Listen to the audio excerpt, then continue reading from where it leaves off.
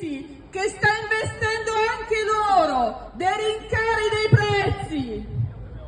Ma i nostri amici imprenditori e la nostra amica Confindustria con quei candidati politici devono sapere che fuori c'è gente che sta facendo la fame, c'è gente che va nelle fabbriche a lavorare e qualche volta succede che qualcuno non torna a casa. Questo succede in quelle fabbriche che vengono nominate per l'eccellenza, premiate per l'eccellenza della sicurezza.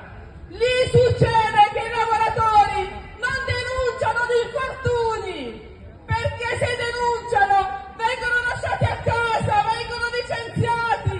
Allora ti chiedi l'infortunio, torni a casa monco, senza una mano, se sei fortunato che non sei morto, con uno stipendio e una miseria, perché questo sta succedendo. Noi i rincari per i quali voi state piangendo li stiamo già vivendo sulla nostra pelle, sulle nostre famiglie, e abbiamo degli stipendi da fame sempre più a ribasso. Questo sta succedendo nella società. I pensionati hanno delle pensioni troppo basse, perché poi avere degli stipendi così bassi vuol dire essere poveri anche in vecchiaia. Non tutti hanno la possibilità di accedere alle cure, perché solo i ricchi, solo chi detiene i capitali può curarsi, hanno questa grande fortuna. Noi non abbiamo a nostra disposizione la medicina, quello che dovrebbe essere un bene di tutti.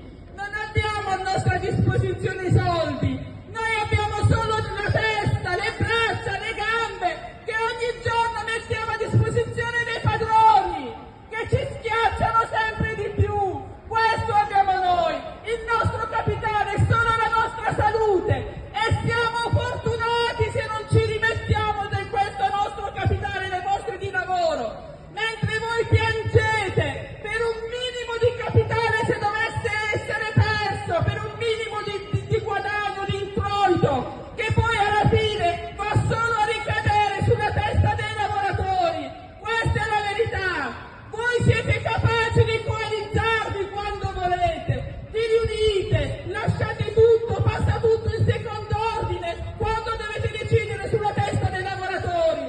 A noi non è dato neanche di manifestare, siamo circondati dalla polizia, dalla forza dell'ordine, perché noi non possiamo protestare, noi dobbiamo chiedere il permesso per chiedere i nostri diritti, per vivere dobbiamo chiedere il permesso. Siamo arrivati anche a parlare per parlare delle nostre problematiche, ci dobbiamo mettere in ginocchio e qualche volta non c'è neanche